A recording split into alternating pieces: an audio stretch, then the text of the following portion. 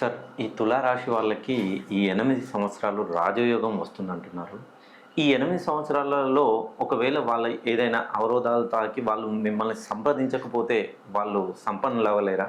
లేదు, ఈ 8 సంవత్సరాలు దాటితే వాళ్ళు దారిద్ర్యాన్ని వెతుక్కుంటారా? అయితే వాస్తవానికి ఏంటంటే తులారాశి వారికి ఎస్ సార్. 30 ఏళ్లకు ఒకసారి వస్తుంది రాజయోగం. ఓకే. ఇప్పుడు పక్కన ఉన్నటువంటి పండితులు కానీ జ్యోతిషులు కానీ ప్రతి నెలవారి పంచాంగం, రోజువారి పంచాంగం, మాస పంచాంగం ఎస్ సార్. ఇట్లా రకరకాలుగా చెప్తారు. సంవత్సరానికి సంబంధించిన ఇవన్నీ చెప్తుంటారు. కాకపోతే ఏంటంటే కరెక్ట్ టైం వచ్చింది తులారాశి వారికి. ఈ నెల నుండే వాళ్ళకు రైట్ టైం స్టార్ట్ అయింది. ఓకే. సుమారుగా 8 ఏళ్ళు ఉంటుంది. ఇప్పుడు ఒక యూపీఎస్సి సర్వీస్ కమిషన్ రాయాలంటే ఒక డిగ్రీ పాస్ అయిన వ్యక్తులు కావాలి. అవునండి. అలా అయితేనే వాళ్ళకి ఆ ఉద్యోగం వస్తుంది. అంటే ఉద్యోగ అర్హత వస్తుందని నేను చెప్పాను. అర్హత సాధించుకోవాలి. ఈ తులారాశి వారికి ఏంటంటే ఈ నెల నుండి అర్హత సాధించుకున్నారా లేదా ఒకసారి మీరు మనన చేసుకోవాల్సిందే. ఓకే. ఆ అర్హత పొందితే జరగబోయేది ఒకలా ఉంటుంది.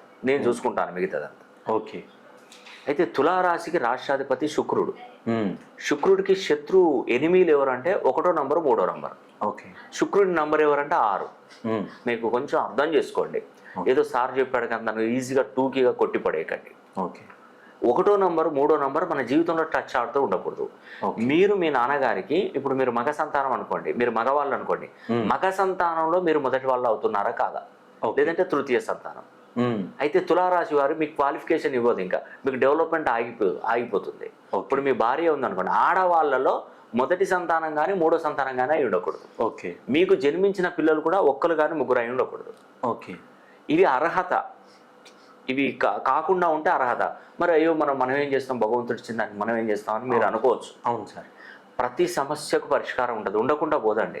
ఓకే. ఇప్పుడు ఇంటర్మీడియట్ ఫెయిల్ అయ్యావు, డిగ్రీ పాస్ కాలేదు, డిగ్రీ ఫెయిల్ అయ్యావు, మరి నువ్వు ఖాళీగా ఊకుంటావా? దాన్ని సప్లిమెంటరీ అన్నది తీసుకొని ఆల్టర్నేటివ్ దానికి పోయిన సబ్జెక్టు మళ్ళీ కడతావు, మళ్ళీ పాస్ అయిపోతావు. ఇప్పుడు మీకు ఏదైతే సమస్య ఉందో ఆ సమస్యను మనం క్లారిటీగా దాన్ని క్లియర్ చేసేద్దాం. ఓకే. దానికి సంబంధించినటువంటి మన దగ్గర రెమెడీస్ ఉంటాయి, దాని ప్రకారం ఫాలో అయితే బెటర్గా ఉంటుంది.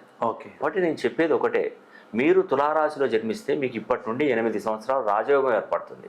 మీ పనులన్నీ పూర్తవుతాయి. ఓకే. దీర్ఘకాలికంగా ఉదాహరణకి చదువుకొని ఉన్నారు, ఉద్యోగం దొరకట్లేదు, ఈ 8 ఏళ్ళ లోపే ఉద్యోగం వస్తుంది, మీకు స్థిరపడిపోతారు. దీనిలో చదువు అయిపోతుంది, ఉద్యోగం వస్తుంది, వివాహం జరుగుతుంది, కెరియర్ మొత్తం సెట్ అయిపోతుంది. ఓకే.